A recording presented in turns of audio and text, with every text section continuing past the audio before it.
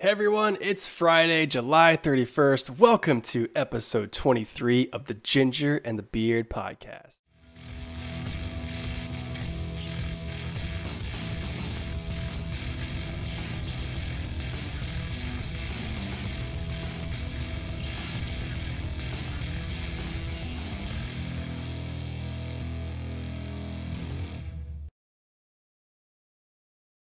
All right, let's do this. What's up, guys? I'm AJ, aka the Ginger. And I'm Reese, aka the Beard. On this week's show, as always, we'll be drinking a couple of tasty craft beers, talking about Khabib Nurmagomedov's last two fights in the UFC, talking about Elon Musk's Nueralink, NASA's launch of the Perseverance Mars rover, discussing Hi-Res Studios' Rogue Company third-person shooter, and so much more. Yes, there is so much to cover. Really excited for this, but before we dig in, how was your week, sir? It was really good. I just want to take a minute to say I'm proud of myself for making it through that paragraph. Dude, even just saying Nurmagomedov, I was like impressed. And then you went on from there, so bravo. Yeah, that was like, I wrote that paragraph, and then I'm like, dude, that was just too much. That was intense, man. I was like, oh, jeez. Say so that good. 2 times fast, you probably won't be able to. Nope, no way. But yeah, my week was good, man. It was another week at home with the kids. All of us, well, everyone except for myself seems to be fully recovered from whatever was going on. I still have that lingering cough that just will like not go away, but we were just talking about before we started, the nasaliness is starting to kind of clear up a little bit, but you know, still, I don't know. I'm still waiting on my test results to figure out if it was coronavirus, and it's kind of a bummer because it's holding us back from doing a lot of stuff that we wanted to do. We have some family things going on back home that we kind of really need to be there for, but it's not really worth, you know, I don't want to say it's not worth, but it's just, it's a hard thing to risk when you've got elderly folks at home and those who are maybe a little bit more at risk. And if this is the coronavirus, it's just a scary thought to potentially bring that, you know, home to affect them. So it's been an interesting last few days. It's just kind of annoying waiting this long to get the results, but you know, yeah, that's what it is. It sucks, man. I thought you would have those results by now, because you know I thought they told you like 5 business days, and I mean it's definitely been, you know, 5 business days. So yeah, they it's a bummer. They said 7 to 10. Oh, and, they did? Okay. Yeah, I've talked to it, but then my kids got the test and got their results in like 2 days. I think it's all dependent on like who you go to get the test and where they send it into and stuff like that. Yeah. But then I've had like my boss, for instance, she had gotten a test and was told 3 to 4 days was the turnaround. This was like a month or so ago, and ended up taking 13 days to get the results. So it's just, man. I think it's just, it's who knows, you know. But anyways. Backed up. Yeah, probably so. I can only imagine, but I'm sure they're working on it as fast as they can. But anyways, how was your week, man? It was good. It was good. So I feel like, I wonder if your kids have the antibodies. If it is coronavirus, like then they might have the antivirus. Anyway, who knows? Never mind. My week's been very interesting. It's probably been one of the more interesting weeks of my, you know, life at this house. Pretty much, my wife and I's. We were getting insulation put in our attic, and one of the guys was up there. He got shocked, and yeah. And so we found out that there was a squirrel up there at one point that had chewed into the wires, and so there's been an exposed wire up in our attic for a while. So we have to get an electrician out here to get that fixed, and we don't have any insulation in our attic right now, so it's like kind of hot. Oh my gosh. Yeah, and so then, you know, on top of that, you know, come to find out that, you know, we had some other issues with other parts of our house. We found out that we have to get a test done for asbestos tile. We're going to be doing that this week to see if we have asbestos tile in our house. And, you know, so it's just been like a crazy week as far as like home ownership goes. So, oh my gosh, man. Yeah. I feel like we're probably gonna have to deal with this stuff for like another month, and then we'll probably be, you know, through it. So it's just gonna be a long month, you know. I hope so, dude. That's just one thing after another. Is the guy that got shocked, is he okay? Yeah, he was actually fine. Like it was just like very, very minor, you know. Like nothing crazy at all. And he was just like, oh, that shocked me, you know. But it wasn't like, you know, it wasn't like, zzz, it wasn't like anything like that, you know. Right. It wasn't like in the cartoons where his body turned translucent and you could see his bones and like an outline of electricity. It was like that, but just for like the smallest portion of a second, you know. It's really weird, really weird. Haven't seen something like that before. Yeah. Somebody had man, that's it's weird. That's crazy. That's some scary stuff too. That having exposed wire in your attic, that can cause obviously fires. It's just not good. Yeah. I hope for the best for you guys, man. That's just tough. It's just weird, man. Hopefully we can get through it, and you know, just looking on for brighter days. I'm just happy we're doing the podcast, dude. Let's do it. Yes, let's do it. So you ready to move into our first segment? Yeah, man. Let's do this. All right, I'm going to transition us.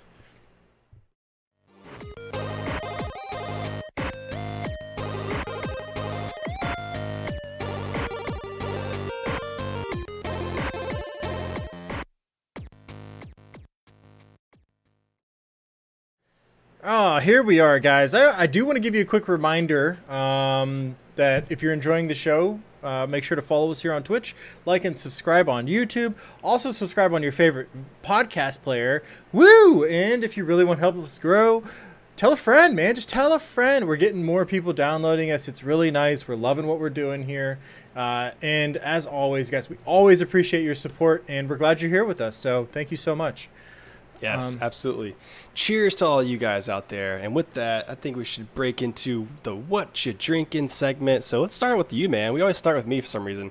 What are you drinking tonight? Oh, man. All right. Well, hold on. I want to just go ahead and talk about the voters real quick, right? The Instagram voters.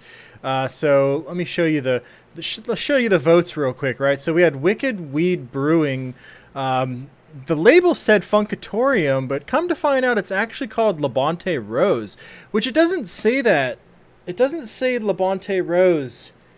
Oh, it says it on the back. I see it now. But it's like, man. Usually, perfect sense. Usually, like, it says Funkatorium right there, so we thought it was called Funkatorium. It's not. It's actually called Bonte Rose. So it was Bonte Rose versus Goza Colada, and well, you could see on screen it was, it was a landslide victory for good old Wicked Weed, Bonte Rose. So, very excited about this. I was excited either way it went tonight. But Bonte Rose by Wicked Weed. I'm gonna probably butcher some of this, right? So this is a Brettanomyces farmhouse ale. Brettanomyces it's a yeast culture, essentially one of a special type of yeast culture. So it's fermented with grapes as well. It's 5.7 ABV, so a little bit more than your typical light beer, but not too crazy. Inspired by rose wines. Interesting enough. Bonte Rose is fermented with the culture. It's then blended with golden sour onto a 1/2 pound per gallon of small batch grapes and cascade skins from the 2018 harvest in their Willamette Valley of Oregon. So it's then aged in stainless steel and in their fodder until it reaches wine-like perfection. Really cool. Intense. Really cool. Wasn't able to find like a whole lot online about this beer, so let me just give you guys my opinion of it once I can crack this sucker open. I forgot my beer opener downstairs again, so I'm using my multi-tool. We're good. The multi-tool did me justice today, so thank you, Mr. Multi-tool. And nice. And here we go, guys. Let's see what kind of color we got here. Okay, so pretty much golden. It's got a slight tint of like a pink, just a very, very slight tint of pink to it, and but mostly golden. You can see that it's a little bit shady in there. You can't see straight through it at all. I think once I poured that last bit through, it kind of what's the word I'm looking for? Not shady, but like hazy. Hazy, that's the word I'm looking for. So it's a bit hazy. Let's go ahead and give this sucker a sip. Nice. Yeah, I've actually had some Wicked Weed. I've had their Appalachia Session IPA. So Okay, that sounds good too. I like session. So the foam on it isn't as uniform as I had expected, but that's okay. It still has a good taste. Certainly tastes like a sour. Tastes like more like a traditional sour, so it's a farmhouse ale. So not technically a Gosa. Tastes more like a traditional type of sour. Not really. I mean, I'm definitely getting some grapes, but just like very faint. It's not as salty as I would have expected. Yeah. It tastes like you would expect a beer that has gone, like slightly bad to taste, like a standard type of beer, right? But like I'm pretty sure that's what they were going for on this. So that's kind of what you get, and not bad. I mean, certainly I don't think this is a beginner's beer, right? If you're just getting into sours, this is more like mid to advanced, I would say. So if your palate's not ready for this type of beer, you should probably start with something a little bit lighter and like work your way up to this. Because if you crack this sucker open, you're probably going to think something's wrong with it. But it's not. That's what it's supposed to be like. And, frankly, it's not bad. So definitely recommend it. It reminds me of like stinky cheese. It's like if you don't know your cheeses and you walk past that really blue moldy looking cheese in the store and you're like, why in the hell does that cost so much money? Yeah, dude, exactly. It's good analogy there. It's just like that. So this was aged in the dirtiest of basements for 100 years. We put socks in it. We threw moldy mushrooms. It's all nasty. It smells like bunghole and feet. Do you want some?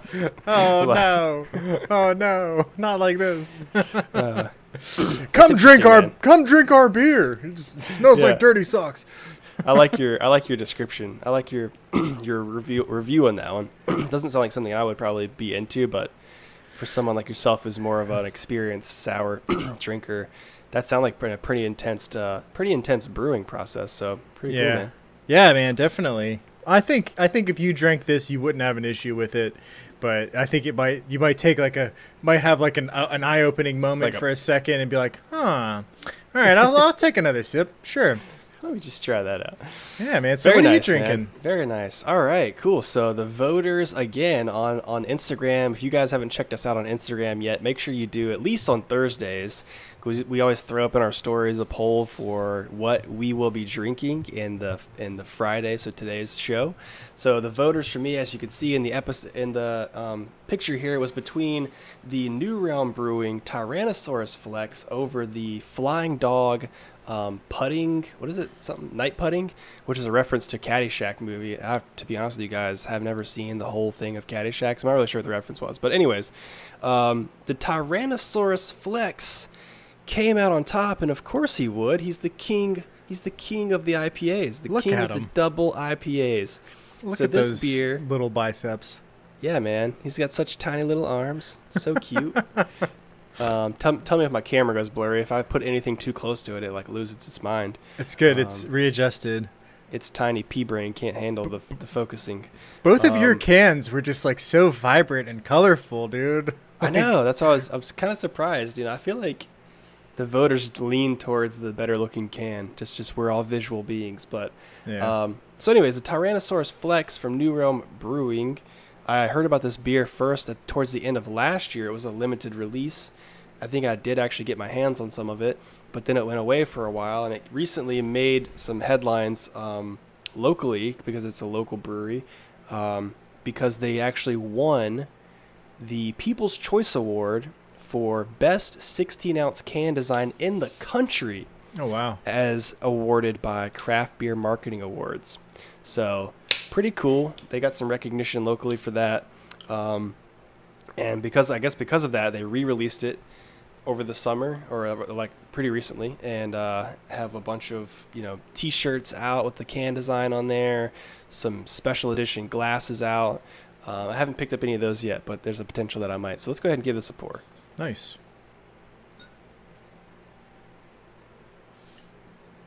Oh, look at that. Move to this side. Yeah, we can see it. Looks good. Looks kind of similar to the one I just poured. A little hazy. Yeah, so I probably have to like give the bottom bit a little bit of swirly action and pour the rest of that in a second. But yeah, as described, it's a hazy double IPA. This is actually part of New Realm Brewing's what do they call it? New lineup. Their Monsters and Myths double IPA series. So they've got another one in there called Jacked Squash instead of Sasquatch. Jacked Squash.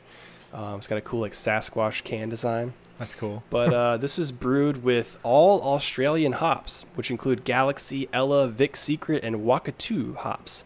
But it's supposed to have a very citrusy aroma and taste. Definitely get a lot of the citrus and fruit off the aroma on that. Looks refreshing.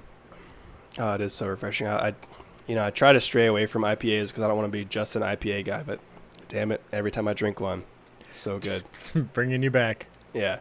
Very bitter. There wasn't an IBU rating on this, but it's definitely high up there. I would say probably somewhere in the 60 to 80 IBU range if I had to put a number on it. So pretty bitter then. Okay. Yeah, like very bitter. Not overly hopped, though. I wouldn't say overly hopped by any means, even though there are so many different strains of hops in there. But definitely citrus up front, and you kind of get that bitter aftertaste in the back, which I prefer. I like the lingering bitterness from my IPAs. Some people aren't a fan of that, but I actually like to continue tasting it for a few minutes after each sip. Yeah, that's how I am with coffee, actually, which is weird. Yeah. I like extremely dark coffee that's really bitter, and I like it to. People are like, "Oh my god, it's terrible." It's like, I like it. Okay. Oh yeah. Okay. So I gave a little swirl of the can. Swirly swirl of the can will do you wonders, guys. If you have a 16 ouncer for sure, you give that baby a swirl. Look at the haze. Now that's where the haze is at. That changed everything. It's a whole new ball game. Got some extra head there.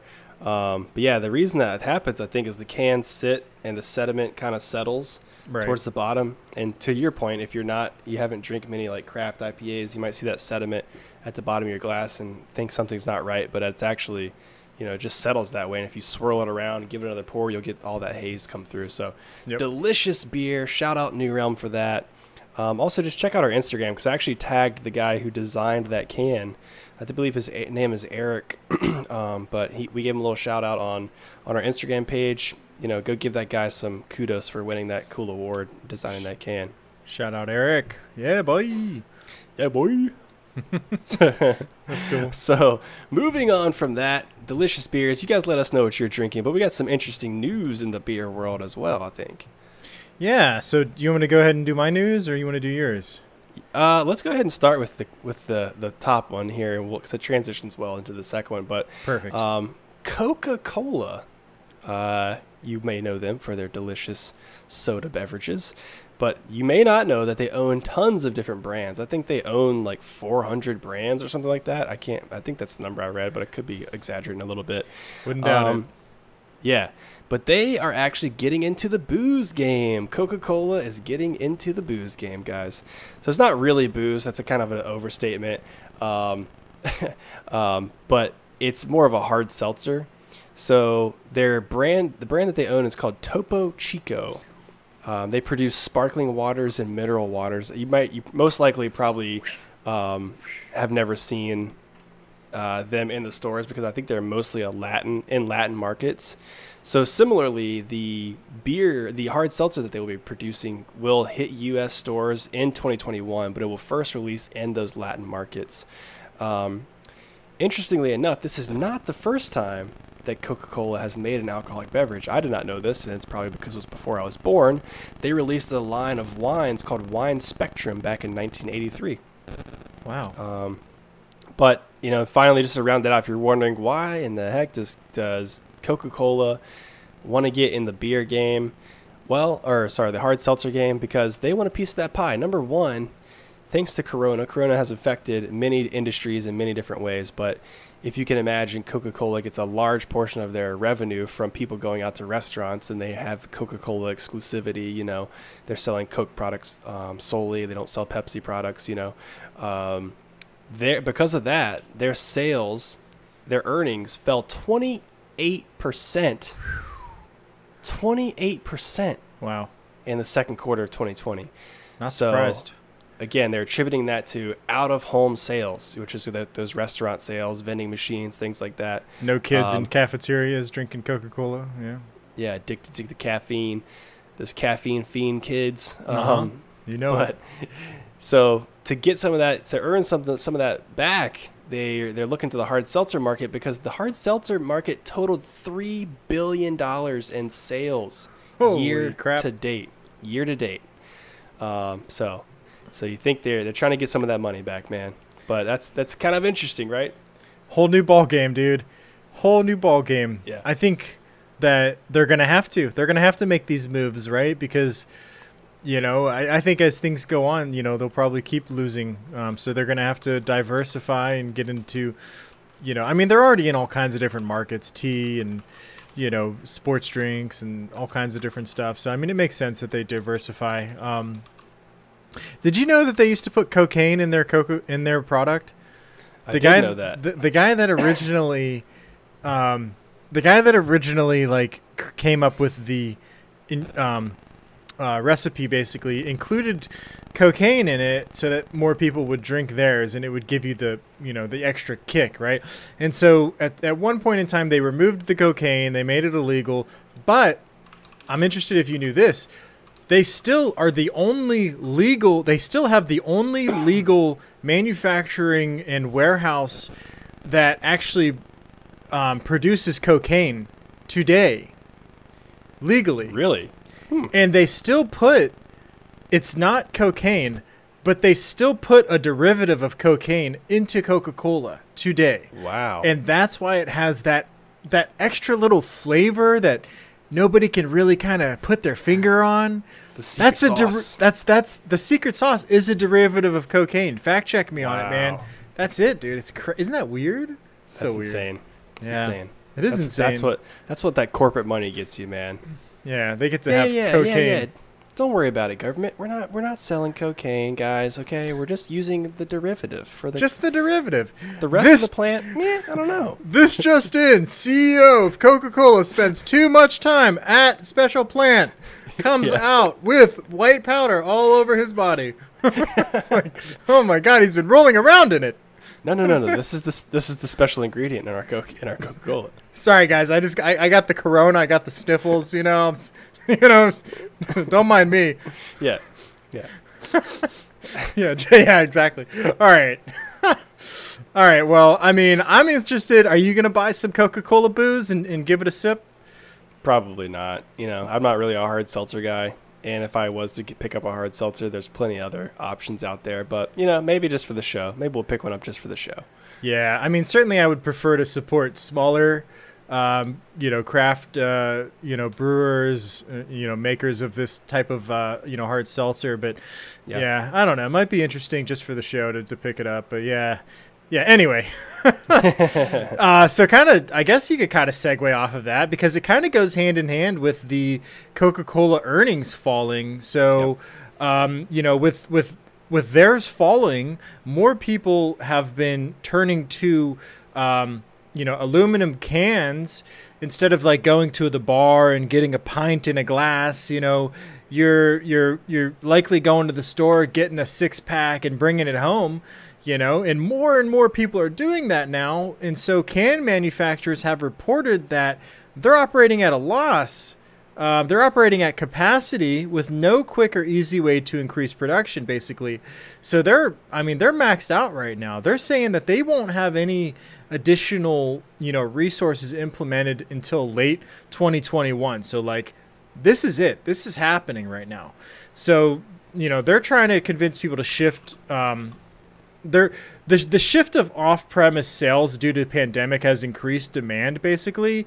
So for packaged beverage alcohol and non-alcoholic beverages. So it's potential that this is going to be a long-term issue, like even past even past 2021. So they're urging smaller brewers who are at risk, who will be impacted, to seek alternative packaging methods, basically, go with the growler or go with, bottles or whatever you can do, because they've just came straight out and said, listen, you smaller brewers, we're probably not going to fulfill your orders. We're looking for the larger orders so that we don't have to swap out molds, basically, or prints, so that they could just do larger prints, get those done, and be more expeditious on certain orders. So they're looking at larger orders that they can fulfill, mass quantities, and the smaller guys are not going to get.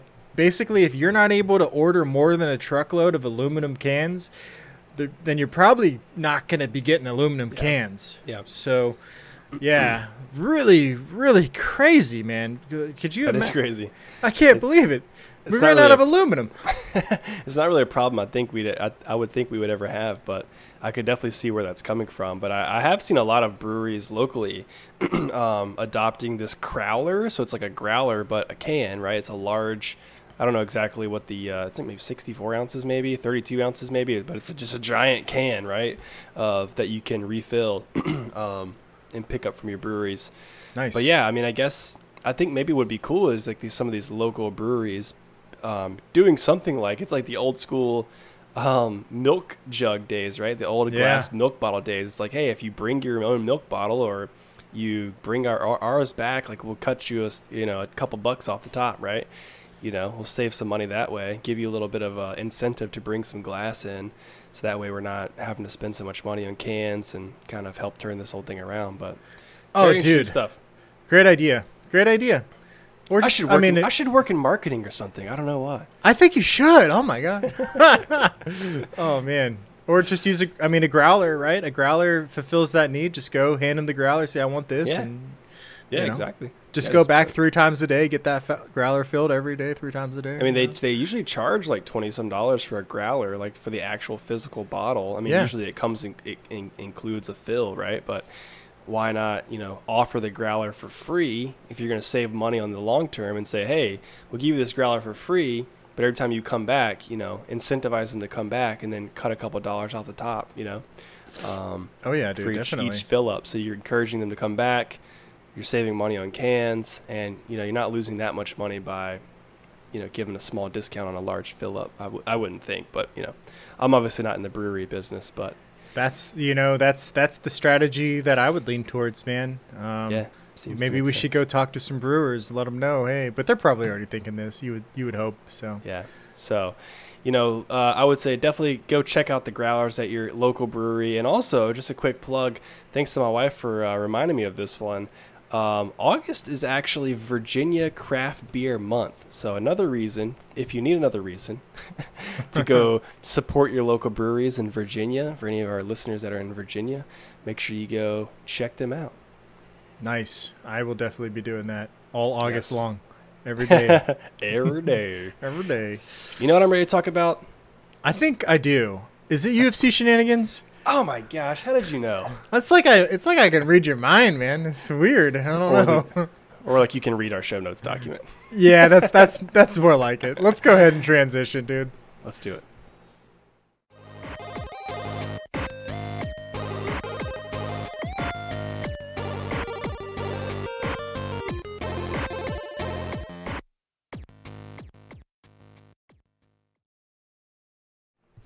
UFC Shenanigans. What do we got going on now?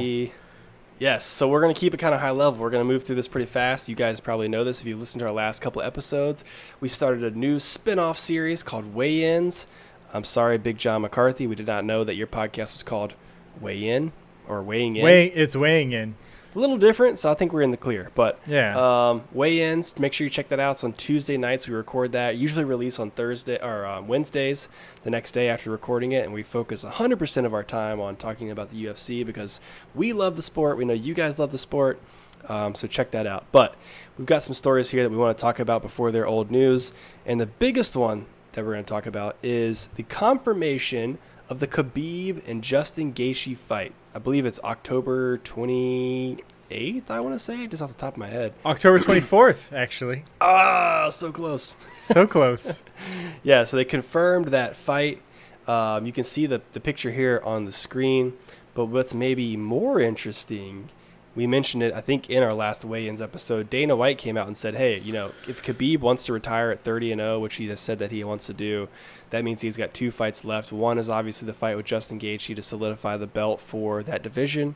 But if he wants to fight GSP next, because they've tried to make that fight happen before, or Khabib and GSP maybe, but not the UFC didn't want to go for it, then we'll make it happen. So Joe, what you're seeing here is an Instagram picture from Joe Rogan, and he's commenting how excited he is about this fight. But there are a couple comments that come through, one of which is from Khabib himself, and he says, well, I can't actually read it, it's too small on my end, but it says October Justin and April GSP. Yeah, so there you go. Khabib has kind of set it out for us. He's laid out what his plan is. Really, the only thing we need at this point is a confirmation from GSP, I think. I think so, right? Because there's probably going to be a lot of money involved here, and oh my gosh, I'm interested to know if GSP is even willing to do something like that.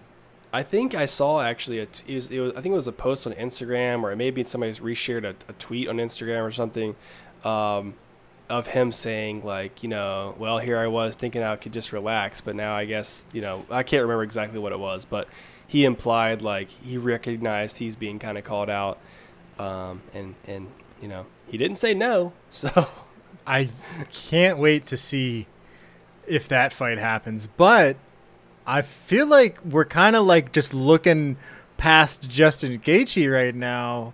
Good point, and I mean, should we be doing that? I feel like he's actually a good contender. I mean, I actually watched some of his fights earlier today. I actually went back and just watched some of them, and you could see like he had 2 losses, and then he came back and has just been demolishing people.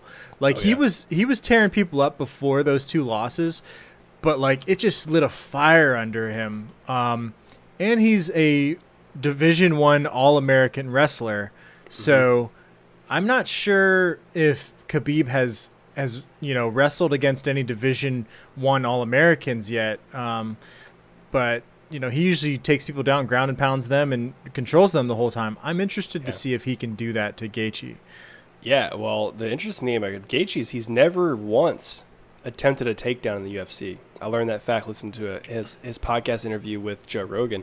He's literally never once attempted a takedown in the UFC. He's defended, he's been on the ground, but he's never attempted it himself. That's just crazy to me, having, you know, that much experience in wrestling and not wanting to use it. But his striking is so insane. He's such a wild man. Right. I agree with you. I think we're definitely doing a disservice to Justin by not mentioning him and how critical this is. I mean, Khabib's got to be a little bit hesitant. He, you know, and this is actually an interesting point. You know, I hate to kind of use this as like a con for Khabib, but his dad just passed away. He's obviously dealing with that emotional, you know, the repercussions of that emotionally. But if he's already thinking about his fight after Justin, he's thinking about GSP. Dude, he better not sleep on Justin Gaethje. He better not. He better not count that a win, because Justin, like you said, man, he's just been running through people. So yeah, I'm excited. Yeah. I couldn't be more excited for this fight. But I got a question. Do you think Khabib would actually retire? Do you think this is actually, you know, in the near future? Yeah, I think he probably would. I don't think he probably just doesn't have like the passion for it as much anymore, and he's just beaten everyone, and it's just a lot of, you know, it's probably just like a lot, you know, for somebody, because like he's like super famous over in Russia, you know, like everybody knows who he is, and he's made enough money now where like he doesn't really need anything else, and he's very religious, and right, you know, so I don't think that he really cares about it, you know. I think he's just kind of doing it, and you know, he's reached the top, and it's, you know, always lonely at the top, so I feel like he's probably I don't see him going for very much longer. Right. I had a thought. I was like, you know, there's so much talent coming out of Dagestan, where he's from. Dagestan, however you say it. There's so many people coming out of Dagestan. Even I think that guy who just won 2 back-to-back fights, I can't remember his name. Khamet Mishayev or Kazmet. I think is he out of Dagestan, or is he it's just somewhere in Russia, right? I can't remember. No, I can't remember either. I don't want to misstate it. Yeah, I know there was a story where this guy whatever you said his name was just now, said that he literally flew to Ireland. Yeah. To like find how crazy is this? He was mad at Conor for what he said about Khabib, and disrespecting that culture and religion or whatever. So he gets on a plane, flies to Ireland. They don't let him in the country for whatever reason. So he can't, but his plan was like to go beat up Conor McGregor in Ireland. I'm like, what? That's a weird story. Dude, it's a weird world that we live in where somebody can get on a plane, fly to another country just because they have some beef, right? Yeah, it's like he gets off the plane, he's like, I'm looking for Conor McGregor. It's just like, take me to him. Yes. Take me to Conor. Like, what? That's we have to fight. Terrible Russian accent, but yeah. Work on that. so the guy in the airport's just like, okay, yeah, I'll take you to Conor. Yeah. But anyways, that's besides the point. You guys let me know. Scale of 1 through 10. How was my Russian accent? 10. So my thought was like, okay, there's so much talent coming out of Dagestan, out of Russia. His dad was a coach for so long. His primary coach. I wonder if Khabib would ever get into like a coaching sort of role to continue his like career in like fighting, but not being a fighter himself. Like continue to coach some of these guys. Dude, like 30 years from now, I wouldn't be surprised if Khabib's got like a whole, following of people that are just like learning his ways in MMA, and he's going to be like a head coach at some point. Like I wouldn't be surprised, dude. Right. Yeah. Yeah, I agree. So, moving on from that, we've got another fight confirmation, which actually is very interesting in the featherweight division. Zabit versus Yair Rodriguez. I'm not even going to try to pronounce Zabit's last name. You can try it if you want. Magomed Sharipov. There you go. I think you nailed it. I'm pretty sure that was... Fucking perfect. Stuck that landing. Excuse my German. Oh, you activated the Rona. Oh no. Not like this. So that matchup has been confirmed. I believe they tried to make this fight before, but something happened and it didn't work out. Yair got afraid. He was scared. He's too scared. Dana White kicked him out of the UFC for like a week because of it. Really? Dude, I don't remember this. He wouldn't take the fight. And so Dana was like, well, I don't want you in the UFC if you're not going to take fights. And then they had a phone call and like worked things out and blah, blah, blah, blah, blah. But whoa. Yair's like I don't know, man. I don't got a whole lot of respect for Yair. After his Jeremy Stevens fight and then after the Zabit thing, he's just like kind of seems disrespectful to people and doesn't play by the rules, It's kind of the Yair Rodriguez show, True. Good point. But regardless, both very talented individuals. Yeah. And it's an arguably, whoever wins this fight is potentially in line in some way to fight Alexander Volkanovski.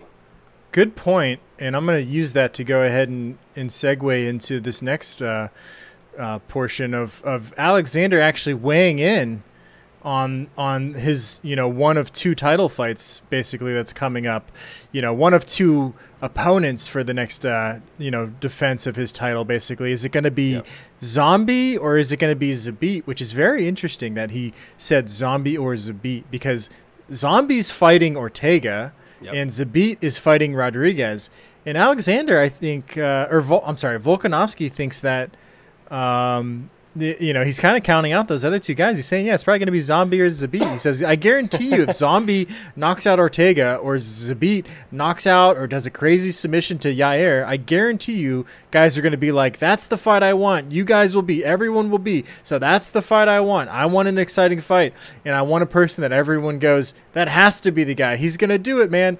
I hope I am the underdog. I mean, I love it. I love people saying this is the guy that's going to take him out, and then I go out and prove them wrong again. So you have to – I don't know if I did him justice by saying it, but I did my best. I think you did a good job, man. I think you did a great job. That is interesting, though, that he would just automatically count out Brian Ortega because – or Yair also. Both of those guys are definitely worthy contenders. I personally – we talked about this at length before on our weigh-ins episode, that I don't really see Zabit beating Alexander Volkanovski. I don't either. Ortega, and I think you and I talked about it, we thought that Ortega would potentially win that fight with Korean Zombie. But honestly, I think either Zombie or Ortega would stand a better shot against Volkanovski than Zabit. Just purely based on fighting style alone. So yeah, I actually don't have either of those guys winning. I have Ortega beating Zombie, and I have Rodriguez beating Zabit. And I do think that either Ortega or Rodriguez do stand a chance against Volkanovski. I don't think Zabit or Zombie could beat Volkanovski, though, but that's just my opinion. Right. So maybe this is some kind of like mind games kind of thing. It's very possible. Yeah, where like he's trying to get under their skin and get certain people to win fights or something. I'm not sure. It's weird, right? Yeah, definitely. So I think we should go ahead and move on from that. We'll provide some updates on that on Tuesday's show if anything changes. But moving on from that, this is interesting because Paige Van Zant, we've talked about her recently. You know, she had her comeback fight not too long ago. She was stopped in the first round. She was talking a lot of trash about not getting paid. Dana White was like, hey, you know, if you're going to talk all this stuff about not getting paid and then you get taken out in the first round, then maybe you should look elsewhere for, you know, a contract. So her contract expired. Now there's very clear signs that she's looking at signing a contract with Bare Knuckle FC. Oh, gosh, dude. If you guys don't know Bare Knuckle FC, it is what it sounds like. It's, you know, kind of like UFC, but they don't wear gloves of any sort. They just straight up box with no gloves on, man. Just straight up bare knuckles. Yeah, you know? Just they do wrist wraps and that's it. It's insane. And people's faces get messed up, which is really weird because Paige Van Zant's kind of like a poster child, right? And exactly, you know, she's got a pretty face, so it's like, why would she go and risk, you know, potential, you know, future, you know, money making endeavors for Fight FC? Well, yeah, I mean, dude, she just did Dancing with the Stars, right? Like she very apparently, you know, is making use of her appearance for, you know, money making endeavors, like you said, right? Yeah. So why wouldn't in the heavens would you sign with Bare Knuckle FC? I just can't understand that unless they're paying her like ridiculous amounts of money, which I can't imagine they are. But what made me curious about this was just the thought, like, I wonder if these promotions are actually going out right now and like almost bidding on Paige Van Zant coming to sign with them purely because, you know, the audience that they think that she would bring along with her. You know what I mean? Right. She's not the best fighter in the UFC by any stretch of the imagination, but she's not the worst, and she's got a pretty reputable name. Like you said, she's the poster child purely because of her looks. Right. You know, it's just, so I'm curious, like, if beyond Bare Knuckle FC, are there other promotions out there that would pay lots of money, more than the UFC, just to have that recognition, you know? You would think so. I don't know, though. Like, you would, if they're like a free agency kind of thing, or, you know, how those contracts work. I know I'm pretty sure they're all free agents, but it's like, yeah, I mean, it's ultimately her decision on which opportunity to take, and you would assume that she's going to get paid handsomely, you know. I would hope so. More than the UFC's paying her. I certainly hope so. Yeah. But who knows, you know. Yeah, I can't even imagine being a male and going into that Bare Knuckle FC. I mean, you're just getting cut up constantly, man. I guess the one thing you could say is that knockouts probably happen more frequently because there's less padding. Yeah. But still, you're getting cut up everywhere. I can't imagine what your face is going to look like in 3 years, you know? Gosh. Yeah, dude, I don't know. I don't think it's a good idea, but I want to go ahead and move on anyway. Yep, let's do it. So one real quick thing, you know, a lot of controversy right now about Dan Hardy and the Herb Dean stoppage of the fight. And then there was also a shove that happened that fight. Not that fight, but there was another fight during that same event where Mark Goddard got shoved by one of the fighters, and so that fighter got disqualified, and Dana wanted to come out and just kind of say, give a stern warning to everybody, but also give a stern warning to Dan Hardy that this is unacceptable behavior, and if anybody goes to approach a referee, that, you know, he will fire them. Essentially, he just was like, no, don't or I'm going to fire you. Yeah. It's just, it's not acceptable. Everybody has their own job in the ring. And I'm going to reference a video. You guys should go check it out. Herb Dean posted a video, I think like half a day ago, maybe a full day now. And basically, you know, indicated that there's only two people, everybody in that arena. There's no fans in that arena. Everybody that's in that arena has a very specific job to do, right? Yep. And there's two people besides Herb Dean that can request to stop the fight officially, that can stop the fight officially, right? So that's the physician, right? That's the doctor. He can actually shout out, stop the fight. And Herb Dean can confirm, and then that guy can actually stop the fight. Right. Who else can stop the fight? The fighter's corner is the only other, those are the only other people that are allowed to stop the fight. Anybody outside of them, it doesn't matter what you say. Yeah. They're not going to stop the fight because of you. All that you're doing is adding confusion to the situation. Oh, yeah. Because he might interpret that as being the physician or the corner. And Herb Dean, doing his due diligence afterward, went and spoke to the physician, said, "Did you say to stop the fight?" And then he went to the corner and he didn't talk to the corner. He talked to like the corner security and said, you know, did they shout out to stop the fight? And they said, no, that's not what happened. So he said, well, then there's no reason anybody should have shouted out, stop the fight. And then he went on further to say, there's a bunch of different checks that we do as referees. And going back and looking at it, everything made sense. He had both of his arms in between himself and the opponent. He had his knee in the air. He basically had 3 points of defense defending him from the opponent. Not only that, his head was up off the mat, indicating that he was not knocked out. So those signs are things that the referees are trained.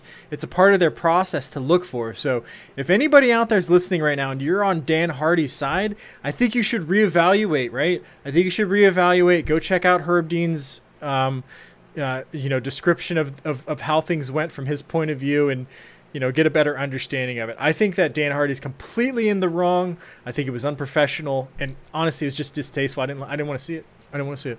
No, not at all. I think Dan Hardy honestly should issue a formal apology if he wants to continue to be a color commentator in the sport.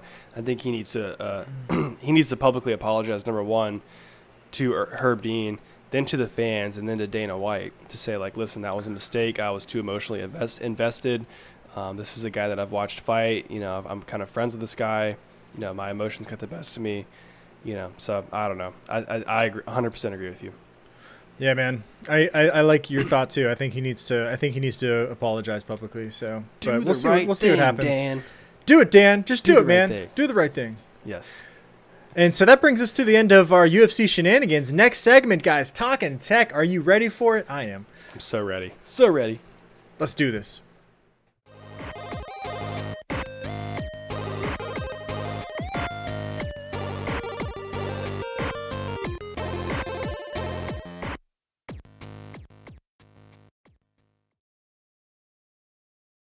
Talkin Tech, we're back. Are you guys ready to learn about some technology news? I hope so, because we got a lot of it. So kicking us off here, really quick, want to just shout out Huawei. That's how you pronounce it. H-U-A. Really? Huawei. I didn't know that. I don't know. Some people probably pronounce it differently, but I'm pretty sure I used to be pretty closely tied to the Android phone sort of industry. I did some freelance writing for some industry press sites, but Huawei officially surpassed Apple and Samsung in total device shipments in Q2 of 2020. So what you're seeing on the screen now is the Huawei P40 Pro. It's their latest device to have released. But this is the first time that a manufacturer other than Samsung or Apple has held the top spot on this list. Wow. So if you guys don't know, Huawei is a Chinese phone manufacturer.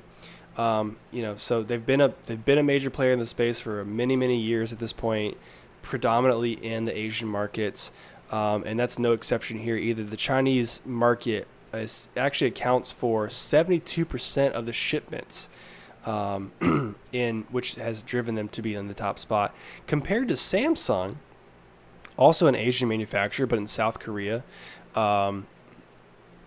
China only accounts for 1% of their total shipments. So if that kind of puts things in perspective of how dominant Huawei is in the Chinese market, there's some other manufacturers out there. Obviously, Apple has a big stake in the Chinese market, but there's some others like Xiaomi out there. You know, I think Motorola maybe it might be out there as well. But this is interesting, though. It's interesting to see them at the top of the list, primarily because if you guys haven't heard, Huawei's had some snafus, I would say, with many governments, not just the United States, but it's probably most heavily reported in the United States. Huawei's actually been banned. They're under a trade ban with the United States, and that's because of their close relationship with the Chinese government. There's a lot of concerns over is the Chinese government using the Huawei devices and other equipment to potentially, you know, aid in intelligence gathering, you know, for the Chinese government, essentially spying. Not exclusive to cell phones, though. Huawei's networking equipment that they produce was banned in 2012, way back in 2012, before these smartphones were ever even, you know, as popular as they are today. That equipment was banned from the United States because of the same reason.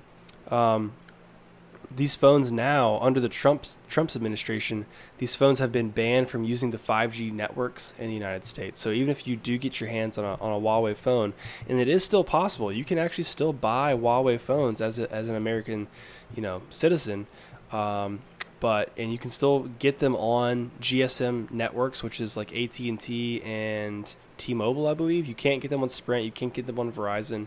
You can't buy them through any carriers, but you can still activate them through AT&T and T-Mobile, I believe. You might want to fact check me on that one. But Okay.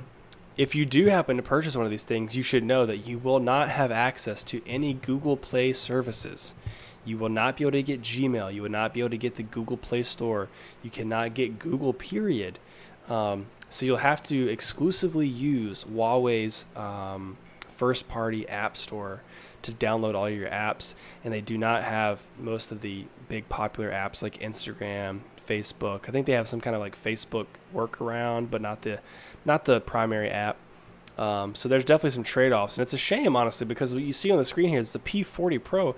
These are real deal flagship devices. Like, you know, they're not these knockoff devices. These are flagship devices that compete head-to-head with Samsung quality, with Apple quality. They're beautiful devices. They've got impressive camera systems.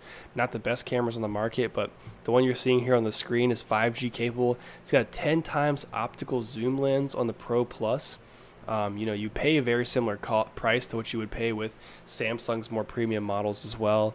But I just found that interesting, even in light of these bans, which are, you know, no matter who has a Huawei device, you can't access Google services. Google no longer works with Huawei. So despite that, they're still outpacing Samsung and Apple in terms of device shipments. I thought that was pretty impressive. Well, it's mostly because it's overseas, right? And there's just more people in China, right? Yeah, I mean, it's definitely a population thing, but like I said, I mean, Apple still has a large presence in China. Samsung still has a high presence in, well, it's 1%, but you know, 1% of how many ever devices they actually ship, still a lot of devices.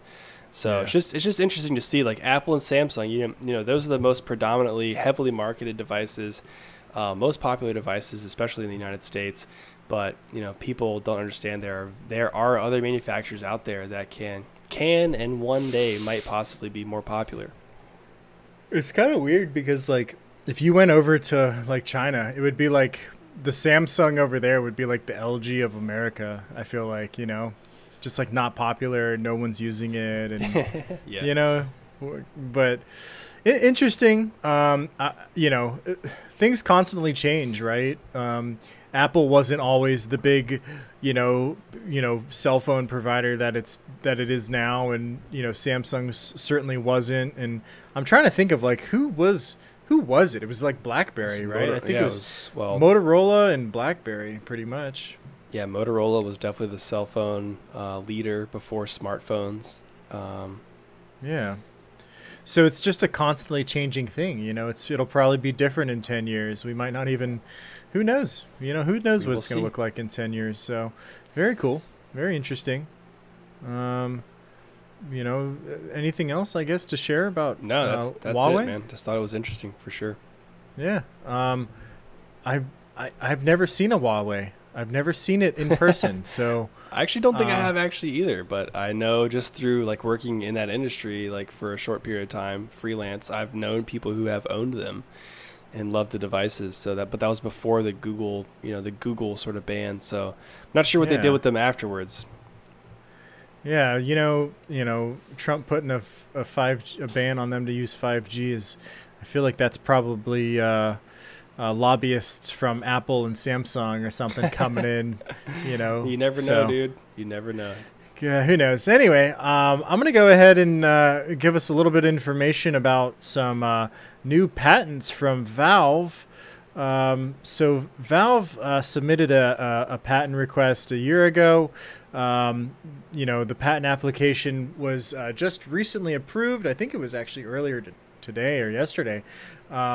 Oh, it was published today. Got it. Okay, so the wireless data. So basically what this is doing is they're trying to get a wireless VR system. Valve right now doesn't have a competitor against, the wireless Oculus Quest systems, right? It's all got to be wired up and very limited on certain things. Certainly if you're wired in, you can't move about as you would want to. So basically this wireless data transport system that they're getting a patent for is it includes an electrically steerable antenna, which I found very interesting. It does some tracking subsystem and is operative to track a mobile wireless device, basically. So right now everything's like static in the headsets, the head-mounted displays.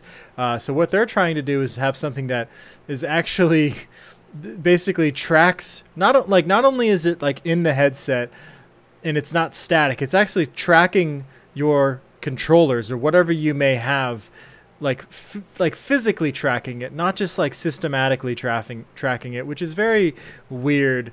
It can also track tablet computers, smartphones, and it also is going to have a potential for having this added functionality, which is a predicted future position or orientation of the mobile wireless device receiving the data. So it'll be able to predict where it's going to be. Fucking time travel, man. It's weird. With this type of tracking, it actually inherently allows for the buffering time to be decreased, which coincides with the latency as well. So very, very weird that they found a way around this, implementing kind of just another physical implementation to help with the virtual realm there, I guess, for kind of a pun there, but yeah, I mean, there's not really much else to say about it. I just think that we're going to keep seeing small incremental changes, and something like this decreased buffering time and latency is certainly what they need in the VR space in order to hit consumers worldwide. Yeah, definitely. I think you get rid of the wires, you just continue to get rid of some of these like barriers to entry. The cost is obviously coming down, in some of these things. The system requirements are most likely they are coming down because you can get the Quest, which is built-in compute, right? Right. So get rid of some of those things that prevent people from jumping ship and trying out VR, including myself. Like the last VR experience I had was Google Cardboard, which is just complete garbage. It's trash. Yeah, complete garbage. Actually, Google's attempt to make it VR kind of accessible and get people interested, but what they actually did was turn people off of VR because it was such a bad experience. Yeah, exactly. So I mean, these kind of things, like if you get rid of the cables, you make it easier, you make it more affordable, you're just going to have more people try it out, Hopefully I'll be one of those people, so I'm excited about this. Especially, during these times where like you can't really go to the gym, right? You just pop a headset on and do like a virtual workout, which I've done plenty of times. It's really fun, actually. It's not even, it's like you're just playing a game, you're just playing a game but you're getting a workout in. So, really, really cool. The only thing with wireless is that you're losing out on some of the processing power. So, I'm sure there's solutions for that, that, they'll have to solve for smaller, head-mounted displays, with more power packed into them. But I mean, shoot, dude, we have these in our pockets every day. So it's like, Everybody's got a cell phone. So I mean, if you could have this much computing power in a cell phone, they can do it on a head-mounted display. It's just a matter of time. Just through the cloud, man. Just like Google's, whatever their cloud gaming platform is called. Can't remember it right now, but just process everything in the cloud, send it down. Yeah. So speaking of virtual reality and what the future holds for us. Elon Musk is going to provide an update on Nueralink. So if you don't know what Nueralink is, it was a project that was unveiled a year ago, and basically is taking a leap into the field of brain-computer interfaces, BCIs. So putting technology on your brain. Yeah. So, okay. Let me give you a little bit more about this, right? So August 28th is when we're going to get the update. Definitely look up some Neuralink stuff if you don't know anything about it. Very interesting. So, during the update on the August 28th, Elon Musk has said that they'll be able to show neurons firing in real time. So I don't know what that means. It's kind of ominous, and they haven't given any details except for his very vague tweet just telling us that it's going to be on the 28th and we're going to see neurons firing. So interesting. Yeah, very interesting. I definitely want to check this out. So the company's first implant is targeted for disabled and/or diseased patients with damaged brain functions, such as such as spinal cord injuries. Such as spinal cord injuries, right? So, people that aren't able to walk, potentially, this could create some type of close the gap there somehow. So the implant is supposed to attach to an external device that can be easily removed when not in use. It's said to be capable of measuring spikes in brain's electrical current. The end goal is reading, processing, and eventually writing information back to neurons via these tiny flexible threads. These tiny, 5 or 6, I think it's NU, MU, I can't remember, but it's like, it's like, much smaller than a strand of hair, basically, kind of threads, right? That will tie into your brain. What do you think about this, dude? I think it's crazy, man. I think Elon actually came on Joe Rogan's podcast again not too long ago. If you guys don't know, I'm a Joe Rogan podcast fanatic, but and he actually said that eventually we will be able to communicate with each other without talking. If everyone's got these Neuralinks attached to our skulls, we can communicate with each other without actually talking, which is just mind-boggling to me. I guess that's because the Neuralink reads your brain, your thoughts. Read your thoughts, man. I don't know. I hope you got some good end-to-end encryption on those bad boys, but you can send those thoughts to somebody else's Neuralink. Sounds real sketchy to me. This is very scary.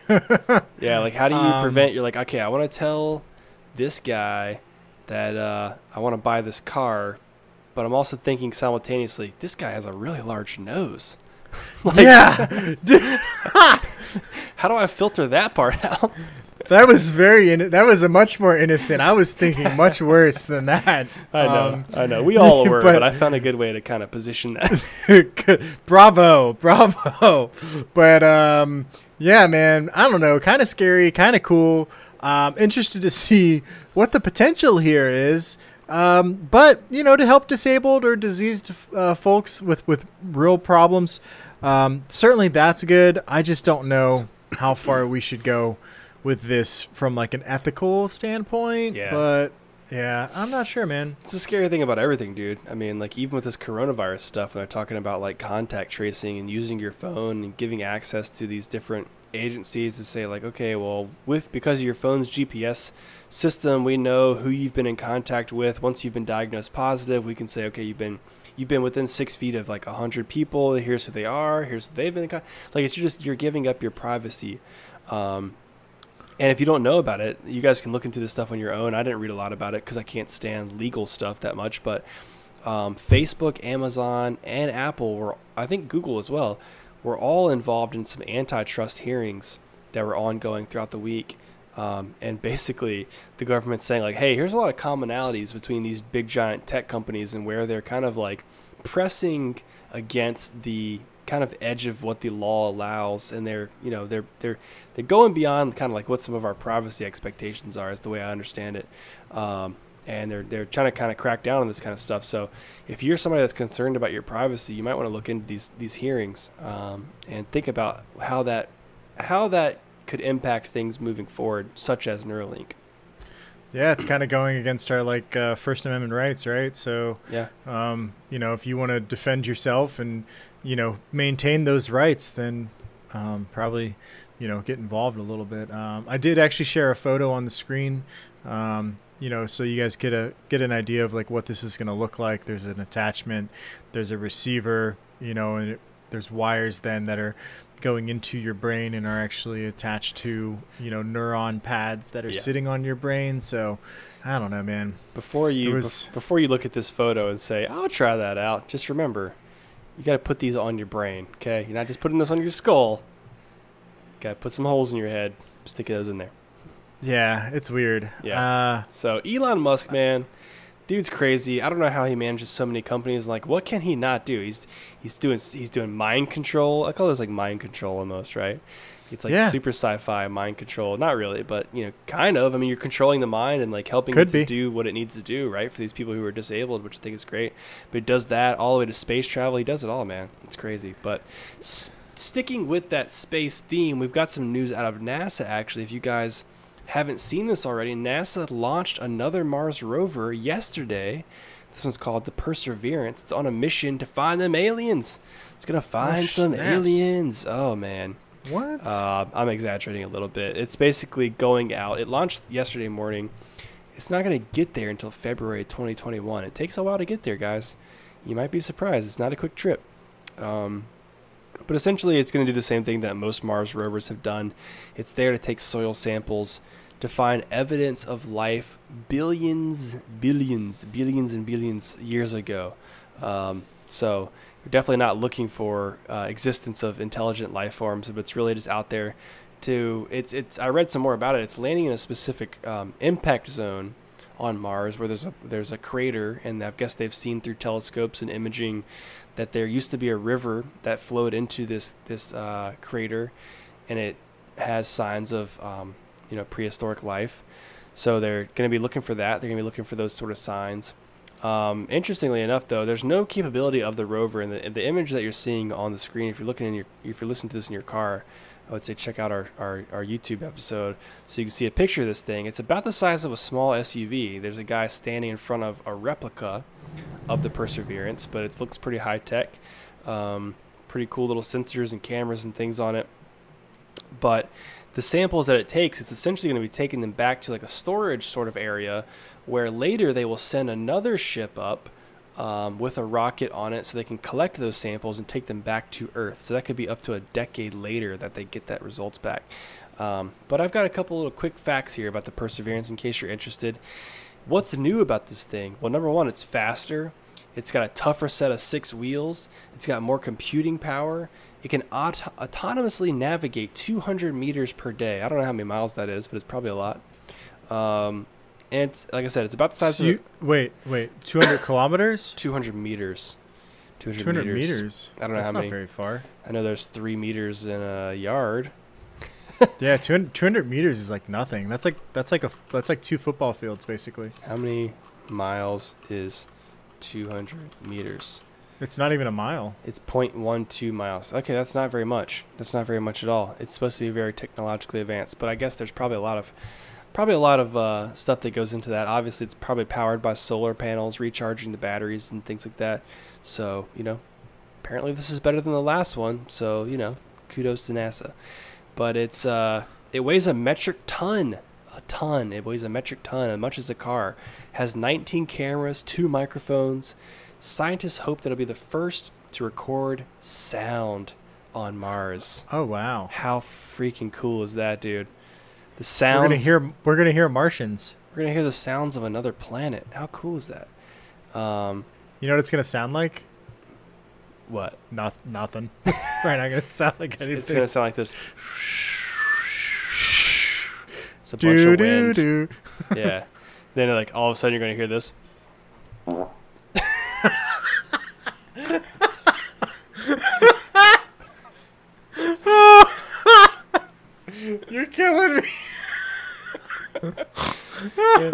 The scientists are going to report back. We've heard the first interterrestrial fart. Camera's gonna whip around and you see this giant green brain. Oh no! Oh no! They have buttholes. Oh man, so funny. First. Oh man, fart. Can't wait for that.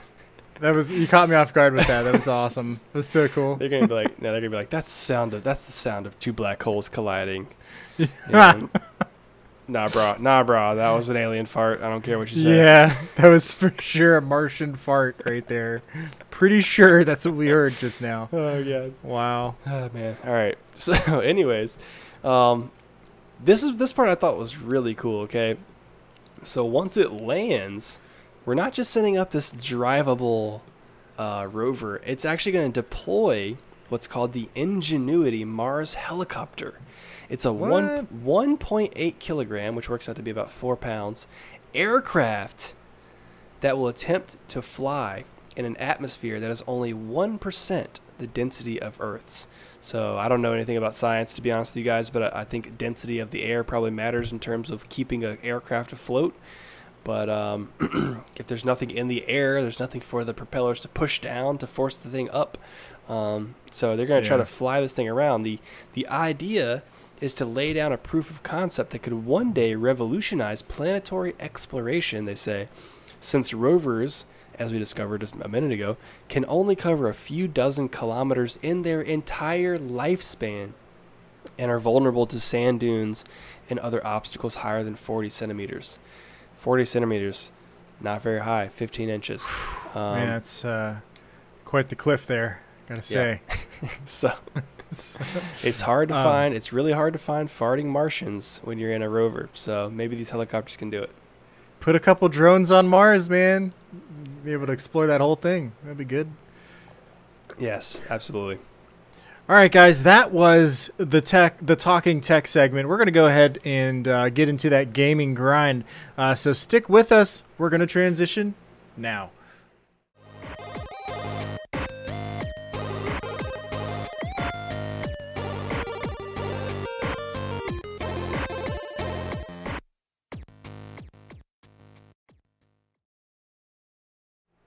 And we're back once again talking about video games.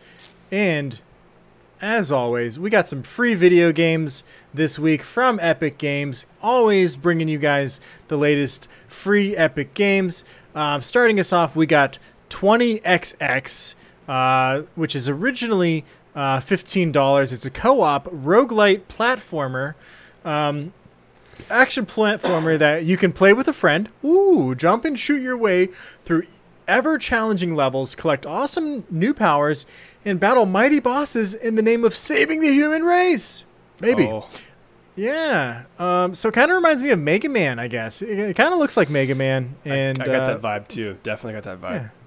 Yeah. With a co-op twist. And you know, I think next week you and I are probably going to test this game out. So, you know, if you guys want to see it, go ahead and check us out on YouTube. We'll be posting a video at some point next week where the Ginger and I have taken a swing at 20XX. Yep. Old school graphics, of course. Next game we have is Barony. I think I'm saying that right. Another $15 game. It's a roguelite first-person dungeon crawler. Kind of looks like Minecraft, actually. Really very gritty graphics. It's the premier first-person roguelike with co-op, cryptic items, brutal traps, and devious monsters, like those found in classic roguelikes and CRPGs. Conquer the dungeons alone or gather a party of 3 and, you know, pick some exotic RPG classes. So, you know, very interesting concept, I guess. Where you take the kind of the graphics of Minecraft and you create like a dungeon crawler, essentially, where you have you know weapon upgrades and whatnot, and you kind of have your archetype of a 3-player party. You probably have a like a warrior and a mage and a archer or something kind of archetype going on. So that one looks kind of interesting. Not really my style, but some of you might find it interesting. So $15. Scratch that. Free. Free 99. Yeah. Go get that free 99. Finally, last game, Super Brothers Sword and Sorcery. It's an $8 game, indie adventure, single player. Basically, you help a wandering warrior monk complete her woeful errand in this game. The landmark action adventure crafted by Super Brothers and the video game wizards at Capy, C-A-P-Y, featuring an award-winning original soundtrack by Jim Guthrie. Guys, if you want a beautiful game to play, environmentally, aesthetic and just something nice to look at and something nice to listen to and get encapsulated within, go ahead and check this one out and give these guys a little bit of love. It's free and keep you guys entertained for a couple hours. So I thought that one's pretty nice too. So yeah, cool. Definitely. I've already added all these to my library. May or may not play any of them, but hey, why not? Just add them to your library while it's free. It's free. Why not, right? What can you say? I do it. Yeah, so all about it, man. Speaking of free, we've got another free-to-play game on the horizon, a very similar to Valorant or Counter-Strike game. It's called Rogue Company. It comes to us from High Res Studios. We mentioned at the very top of the show. It's like I said, it's another game very similar to. You're seeing some video on the show right now, so check that out if you're listening to it in your car. But it's very similar to Valorant, very similar to Counter-Strike. You've got like a buy phase at the beginning of the match. You have multiple rounds. You try to plant a bomb. You try to survive before the enemy team kills everyone on your team. They'll win the match, things like that. But right now, it's in early access. So it's been in beta right now. But if you want early access to the game before it comes out, you can pay between $15 and $54 to get early access. And that also gives you... depending on how much you pay, you get so many different characters. If you pay like $15, I think you get 1 or 2 characters. If you pay $54, may unlock all characters. I have to double check that. But you get extra swag for those characters. Like if you've played Valorant, you got to spend a lot of real money to get a lot of the swag and gun skins and things like that. So I imagine that if you go ahead and pay this cost up front, you'll get a lot of that stuff when the game actually comes out. But I would definitely recommend checking out the gameplay footage. It looks really fun. I think for sure, and I may actually pay a little bit of money up front just to get a couple extra characters unlocked a little faster. But I'll definitely, I think the Beard and I will be 100% checking this out once it is out officially to play. Absolutely. Can't wait to roll into battle on this one, man. Yeah. Looks good. Looks interesting. Looks really I'm all fun. about it. Yeah. Very cool. Very excited to see that when it comes out. And one last, bit of news here. Battletoads, guys. Battletoads. So if you are, pre-millennial or millennial, I guess you could say, early millennial, then you definitely know what Battletoads is. If you're old, you know what it is. If you're old, like me. If your joints hurt and you moan when you get out of the bed, you know what Battletoads is. Yeah, basically. So Battletoads originally was on the Nintendo. It was actually the first game that I ever played in my entire life. Wow. I remember when I was just a little wee lad, having a Nintendo. My brother and I would go around beating people up with Battletoads and the little sticks that you would have, and I was not very good at it, but, oh well. So it's going to be released on August 20th of this year. So just 20 days from now. It's available on Xbox Game Pass or to purchase on Xbox One and PC. So I'll be picking it up on PC, getting that nostalgia in. For those unfamiliar with Battletoads, it follows Zitz, Rash, and Pimple. Those are the names of these little toads here, So as gross. they fight off the Dark Queen and her abominable allies in action that takes place across a variety of beat-em-up, platforming, and racing stages. So, good old Zitz, Rash, and Pimple, Oh gosh, this is so gross. Yeah, my favorite was always Pimple. Anyway, yeah, man, I'm super excited about that. Hopefully, it goes on Epic Games at some point for free, because I want everybody to experience the fantastic Battletoads. Yeah, to be honest, I've never played that. I never had a Nintendo console until, I don't think, well, a Game Boy. I had a Game Boy, so that counts. but I never had like an N64 or a SNES or anything like that. I had a couple of friends who had those. My cousin had the Nintendo Cube, but beyond that, I didn't really get a lot of exposure to Nintendo games. So I'm excited to try this out. Yeah, man, looks fun. So that's all I had. That was the gaming grind, everybody. So we're gonna go ahead and transition one more time to our next segment. We're gonna give out some shout outs, and we're gonna sign off. So give us 1 second. We'll be right back. Time to transition.